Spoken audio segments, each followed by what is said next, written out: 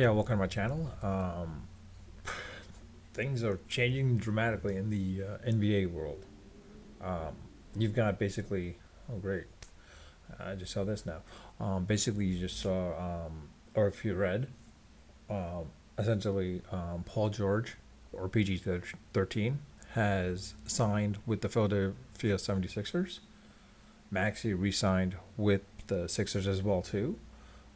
So that changes the dynamic of the NBA East, specifically to the point where the Eastern Conference, because specifically is like it looks like with the healthy Embiid, um, I think the Sixers become the number two, maybe number one seed, more so because the fact is like so long as Embiid is healthy and with Harden, not I mean sorry, Embiid with uh, Paul George and Maxi, it opens up a lot of things for Philadelphia.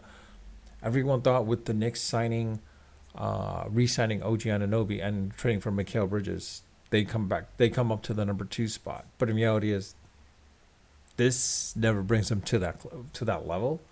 The I mean, everyone's gonna say, "Oh no, we have Brunson. We have Brunson." He's not that number one superstar. Let's be honest. He's not that number one superstar. If he was, he would have taken the Knicks out and beat the Pacers into the Western Conference Finals. If he did that, then I mean the Eastern Conference Finals. If he did that against the Celtics, it would have been a different story. But he didn't.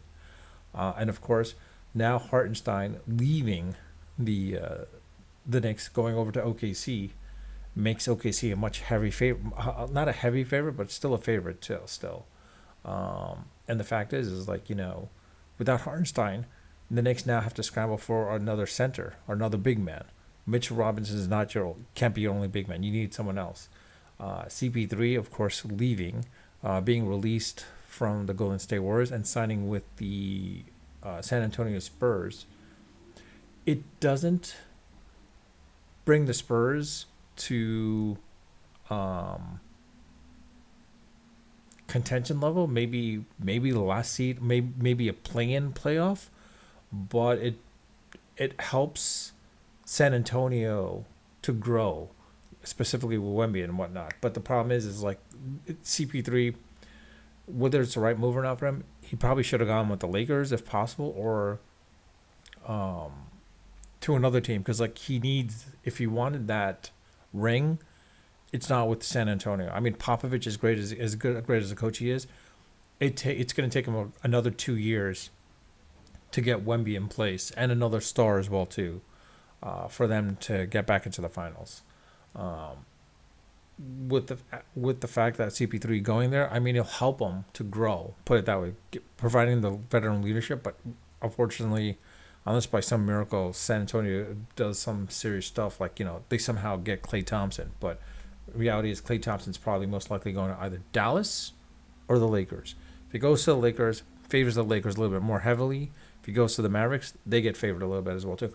Now, don't forget about the fact that Denver, the Nuggets, are out of this because seeing all these trades and such and all these signings, Denver's going to do something probably because they got to keep in touch, keep themselves in the thick of things. Uh, but it'll be interesting to see how that works out as well too. Harden re-signing with the Clippers. I don't know if that does anything because you got Harden and Westbrook. Uh, Problem is with Kawhi Leonard, it all depends on Kawhi Leonard because like everything hinges on Kawhi Leonard. If Leonard is injured, it doesn't matter, because we've seen it. It's the the Clippers experiment with Paul George and Kawhi Leonard is a failure. They've only been to one Western Conference Finals, and that was when Kawhi Leonard got injured at that point.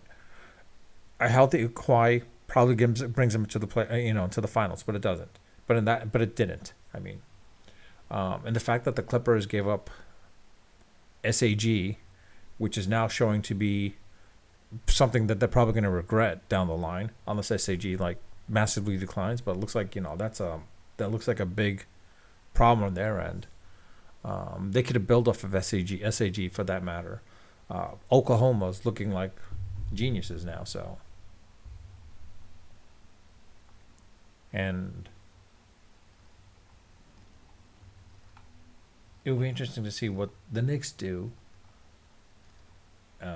if they can get someone, because like the way the team is right now, yeah, the chemistry is great, but it's not going to bring him into the West Eastern Conference Finals or the finals for that matter.